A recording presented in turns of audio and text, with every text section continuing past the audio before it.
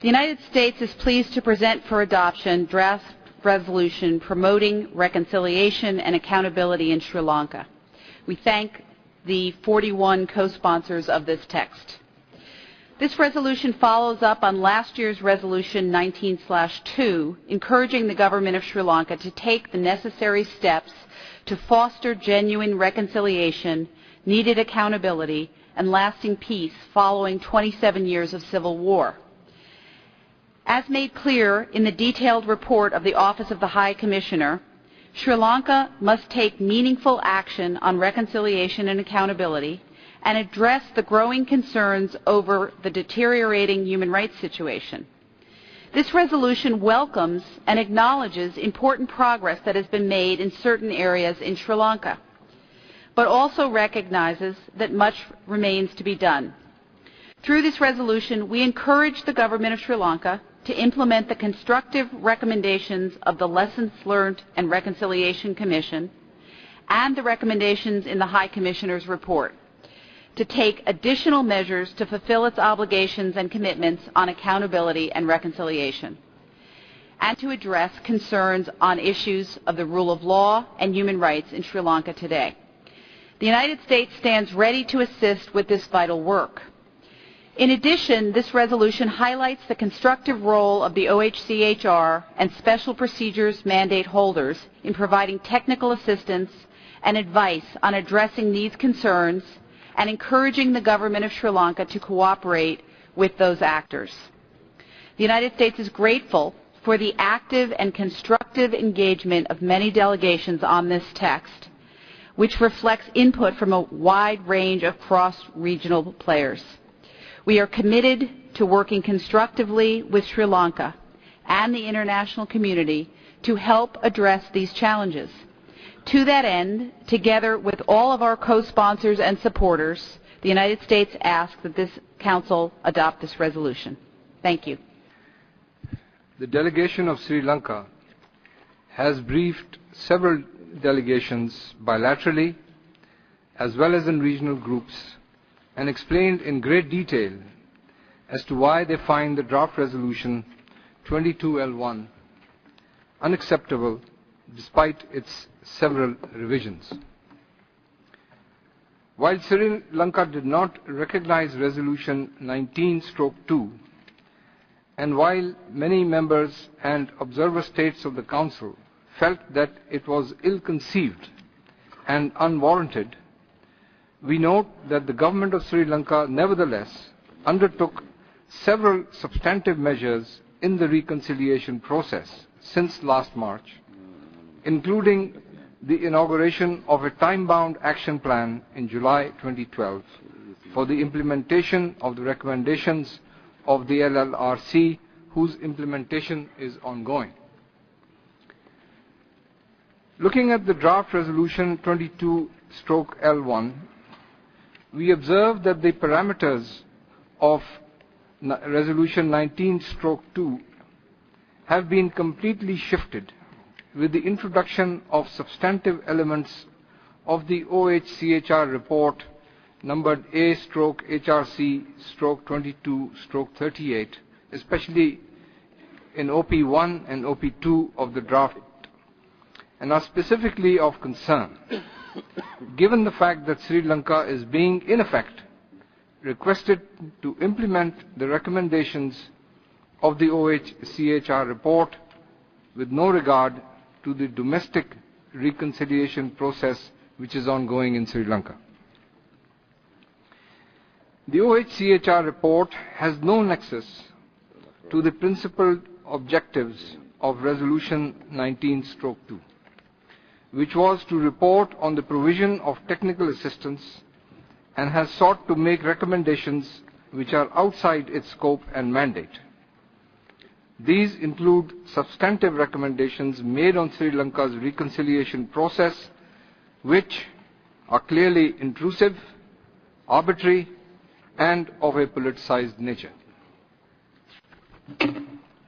Mr. President, it is therefore the considered view of my delegation that a draft resolution which bases itself on a report whose credibility is so blatantly questioned by many, including the country concerned, cannot be conceived by this august body as being a reasonable basis for further engagement of that country in a constructive manner. More importantly, we regret to note that the substantive amendments which were proposed on the draft text by my delegation and others, and supported by several delegations during the informal sessions, specifically on OPs 1 and 2, to bring some semblance of balance to this text, have been disregarded. Mr. President, we reiterate our concerted position that action contemplated by the Council on country-specific situations must be of a constructive nature and must be construed in consultation with and with the consent of the country concerned in order to bear any fruitful results. The draft text 22L/L1, unfortunately, is not an example of such constructive action or engagement. Mr. President, we are appreciative of the efforts taken by the government of Sri Lanka since the end of the terrorist conflict in May 2009 to restore peace and bring about reconciliation for its people. We are also appreciative of Sri Lanka's efforts to consistently and voluntarily brief the Council on progress on reconciliation, as well as the serious engagement they have shown in their UPR since last November. The international community must appreciate that Sri Lanka is a country that has suffered much under the ruthless onslaught of externally sponsored and funded terrorism for nearly 30 years. As a country that continues to combat terrorism, we have some understanding of the formidable challenges faced by Sri Lanka in its post-conflict phase. Sri Lanka needs to be given the time and the space to address those challenges in a comprehensive manner by completing its domestic reconciliation process. What it does not need is to be subjected to highly critical and intrusive decisions by this Council. The situation in Sri Lanka does not warrant such urgent attention. Therefore, the disproportionate attention that is being paid to Sri Lanka in this Council is not commensurate with the actual situation on the ground and does not set a healthy precedent for the work of this Council. Mr. President, we are therefore of the view that the Council should not contemplate any action which is in contravention of the purposes and principles of this august body and would fail to constructively engage Sri Lanka in this arduous task. Such action could in effect negatively impact on the ongoing reconciliation process and also set a bad precedent of general significance to all states. Throughout the 30 years that Sri Lanka has faced terrorism sponsored from abroad and funded from abroad, it has maintained its democratic institutions and has remained true to its democratic traditions. A country like Sri Lanka needs to be helped, not criticized and chastised. For these reasons, Mr. President, my delegation calls for a vote on this resolution, and we will vote against this resolution. Thank you. Provides a window of opportunity to forge a consensual way forward towards a lasting political settlement through genuine national reconciliation and the full enjoyment of human rights by all its citizens. We note with concern the inadequate progress by Sri Lanka in fulfilling its commitments to this Council in 2009. Further, we call on Sri Lanka to move forward on its public commitments, including on the devolution of political authority through full implementation of the 13th Amendment and building upon it. Mr. President, India has always been of the view that the end of the conflict in Sri Lanka provided a unique opportunity to pursue a lasting political settlement acceptable to all communities in Sri Lanka, including the Tamils. We call for effective and timely implementation of all the constructive recommendations contained in the LLRC report, including those pertaining to missing persons, detainees, disappearances and abductions, reduction of high security zones, return of private lands by the military, and withdrawal of the security forces from the civilian domain in the northern province. We reiterate our call for an independent and credible investigation into allegations of human rights violations and loss of civilian lives. We urge Sri Lanka to take forward measures to ensure accountability. We expect these measures to be to the satisfaction of the international community.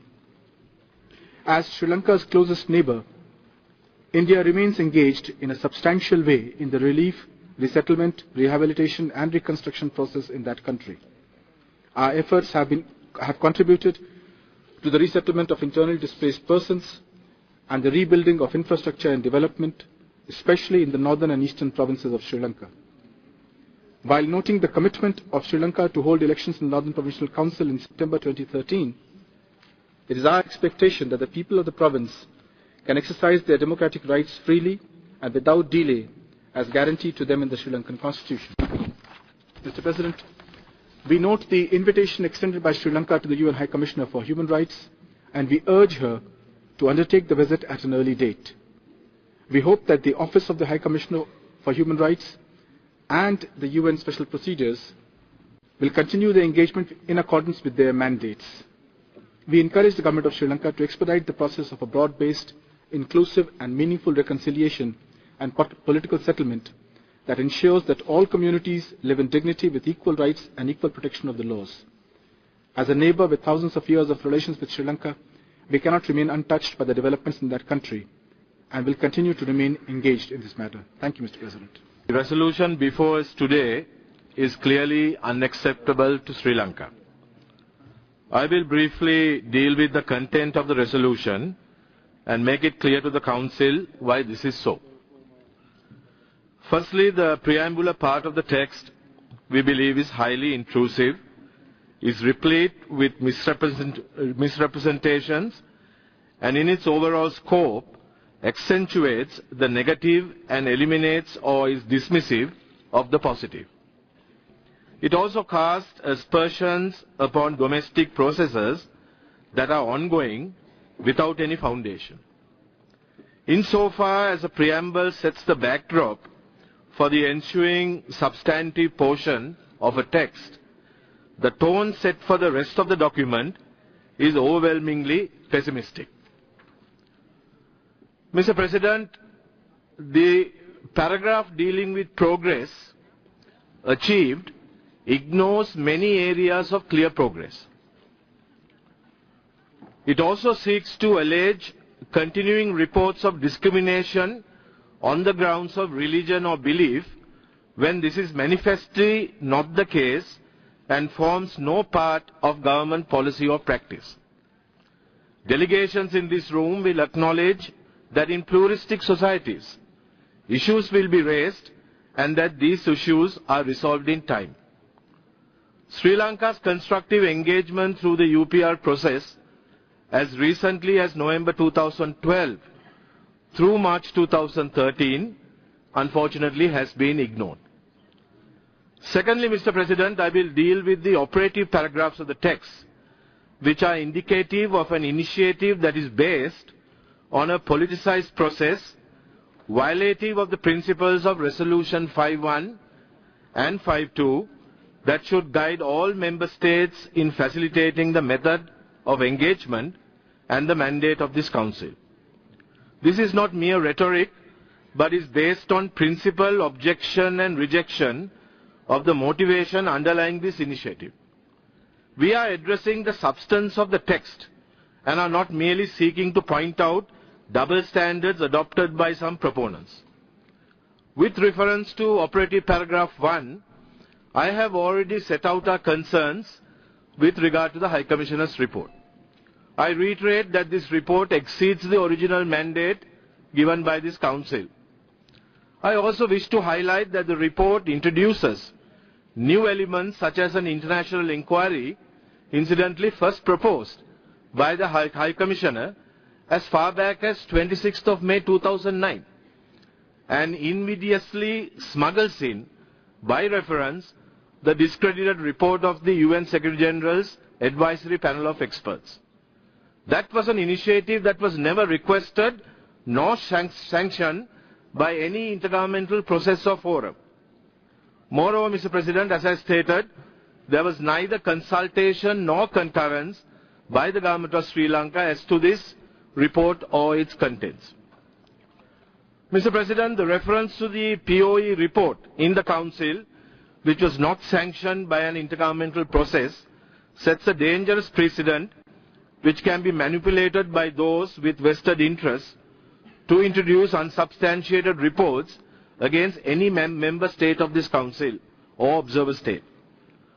The government of Sri Lanka totally rejects attempts by the OHCHR and the proponents of this resolution to introduce elements of the POE report to the Council, thereby attempting to legitimize its recommendations and seek to impose them on Sri Lanka. Mr. President, with regard to operative paragraphs 2 and 3, we have every confidence in our domestic processes and mechanisms. These paragraphs tacitly assert that the process we have set in train are somehow deficient. I must stress that our efforts in this regard are ongoing and have not reached a conclusion. The text of paragraphs 4 and 5 seek to impose on Sri Lanka cooperation with the Office of the High Commissioner and special procedures in violation of the letter and spirit of UN General Assembly Resolution 60/251 and HRC Resolutions 51 and 52. For example, there is blatant contradiction of Resolution 52, especially Article 11B, which calls upon mandate holders to ensure that the field visits are conducted with the consent or at the invitation of the state concerned, unquote. We await dates from the High Commissioner in response to our invitation of April 2011. Also, Mr. President, the text does not recognize nor acknowledge that Sri Lanka has consistently engaged and is at present engaging with special procedures and has stated that it will continue to do so. With reference to operative paragraph 6, I must point out that the Sri Lankan conflict ended 3 years and 10 months ago. There are other ongoing conflicts and reported violations of rights as we speak in several parts of the world. Our concern is why this preoccupation with Sri Lanka? Why is this inordinate and disproportionate level of interest in a country that has successfully ended a 30-year conflict against terrorism and has demonstrated so much progress in a relatively short space of time? Repeated requests to the High Commissioner to present updates and reports are hardly warranted, Mr. President, given our open engagement with the Council at each session. Given the background and anomalous nature of this initiative, many countries would naturally have concerns relating to the draft resolution, as it could establish a bad, even dangerous, precedent in the annals of the Human Rights Council. Our main interest should be to keep the Council relevant, vital and focused, rather than straying down the deleterious path in pursuit of political agendas. Stakeholders may be forewarned that if the current tendency towards politicization and the pursuit of parallel agendas continues, the Human Rights Council may well suffer the fate of its predecessor, the UN Human Rights Commission. Mr. President, in conclusion, I must stress that those genuinely concerned about the future well-being of the people of Sri Lanka should encourage the country in its ongoing reconciliation process rather than single it out for disproportionate attention of this Council. We expect that the proponents of this resolution would do nothing to endanger the delicate reconciliation process ongoing in Sri Lanka, as well as the constructive engagement Sri Lanka is presently pursuing with the United Nations, the Human Rights Council, the High Commissioner, and the OHCHR. We call upon members of this Council to safeguard the paramount principles this Council stands for, which are universality, impartiality, objectivity, non-selectiveness, constructive dialogue and cooperation, and predictability, among others. Mr. President, today it is Sri Lanka, tomorrow it may be any other country in this Council which does not adhere to the political objectives of some who profess to promote and protect human rights the world over, but pursue agendas other than human rights. I thank you, Mr. President. In order to promote the efforts towards national reconciliation being taken by Sri Lanka, Japan took part in the negotiation process on this resolution in a constructive manner. Regarding national reconstruction and reconciliation in Sri Lanka, we welcome certain progress made to date toward rebuilding infrastructure, economic development, and resettlement of IDPs. At the same time, we need to recognize that many challenges still remain. In this context, the international community, including Japan, is paying close attention to Sri Lanka's efforts to seriously address these challenges. Mr. President, Japan has been calling on the government of Sri Lanka in the bilateral context to take steady and concrete steps as its own initiative to address its human rights challenges. During his visit to Japan last week, Sri Lankan President Rajapaksa expressed his strong commitment to holding an election for the Provincial Council of the Northern Province by September this year, holding inclusive dialogue among all the political parties within the Parliamentary Select Committee, and ensuring the necessary response to human rights issues as well as the issue of accountability. Japan encourages Sri Lanka to make the utmost efforts to continue to cooperate with the international community. Japan also strongly urges Sri Lanka to steadily implement, with a concrete timeline, effective measures to address various challenges, including the realization of its commitments made during the recent Japan-Sri Lanka summit meeting, in order to achieve improvement of its human rights situations and national reconciliation, including on the issue of accountability in a prompt manner. For the aforementioned reasons, Japan will abstain from the vote on this resolution. Thank you. Ladies and gentlemen, at the request of the delegation of Pakistan, the Council will now proceed to a recorded vote on the draft proposal L.1/revision 1. I now ask the Secretariat to open the voting machine, and I request all delegations to register their votes. The results of the recorded votes are as follows: 25 in favor, 13 against, 8 abstentions.